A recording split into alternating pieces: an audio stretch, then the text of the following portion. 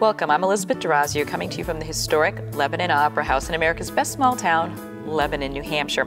I'm joined by the Executive Director of the Opera House, Heather Clow. Thank you for joining us. Thank you. And we're going to talk about the history of this beautiful building. Yeah, so this building was actually built in 1924. It's the third opera house slash city hall. Wow. Originally it was on the park, and then that burned down, and they moved it here, and then that one burned down. Oh, no. So this one is holding its own so far since 1924, exactly. You got a sprinkler system, right? Yes, okay. Absolutely. You know, and it's always been a mix of community, civic and cultural events, which is really exciting, I think, to have in the heart of Lebanon. And that's one thing that's really beautiful about the center of Lebanon is you've got the wonderful green with like the roundabout, but as you come around, you have this beautiful building, and not many towns are fortunate enough to have a showcase like this. Yeah, we're really lucky, and it's so supported. I mean, the city supports Lebanon Opera House, but also the community supports Lebanon Opera House. And I grew up in the Upper Valley. I saw my first live performance here. Oh, wow. So I always like to make the place feel like the Upper Valley's Performing Arts Center, that people can come in, you know, and make it their space and have it be their space. And I think the community senses that. And the one thing that's kind of deceiving is even though there are some civic institutions in the building, I don't think people realize this is a nonprofit. Exactly. So we can't just say, oh, well, the city's paying for it, because it's not. Right, we're not on the city budget. I mean, they certainly support us. We share a space with them. You know, if the roof blows off the building, I suppose that's the city's responsibility. I'm not going to test that, right? Exactly. But yeah, we are a nonprofit. We were formed as a nonprofit in 1991, and because at that point the city realized they couldn't manage the space. It was so in demand that they needed to have an organization specifically for Lebanon Opera House. So they formed the Lebanon Opera House Improvement Corporation, which is technically who I work for, and we run the space.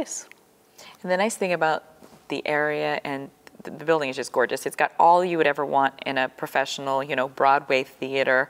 It's got beautiful architecture. It really is a versatile space. It can host several different kinds of venues. You know, sometimes you'll find these small towns or where they have a great theater, but you can't do anything other than one type of show. Right. Yeah, we are. I mean, we are a traditional space. It's a proscenium arch theater, but we do everything from 3-year-olds and tutus to, you know, Cyndi Lauper. The things that happen here are just such a wide variety. I've directed shows here. We have a community production going on right now.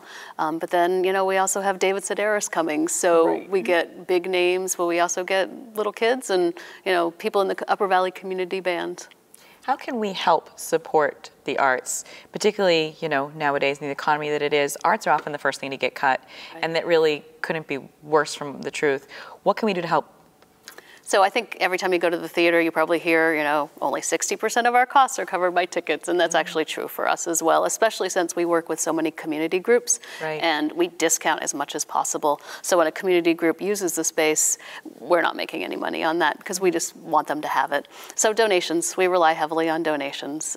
We ask people to donate, you know, they get benefits, so if you donate at a certain level, you get tickets before everybody else. Oh, nice. So there's other reasons to do it, but you know, the #1 reason is to support arts in your community. And it is one thing that's wonderful is, yes, you help maintain the space, you help manage it, but you really make sure that it is available at a decent cost, because how many nonprofits can afford a professional area like this? Or, you know, your child is going to be in a production in a beautiful theater. They're going to remember that years later when they're an adult. I was in a real theater when I did my recital or things like that. Yeah, we're actually home to the Lebanon School District performances as well.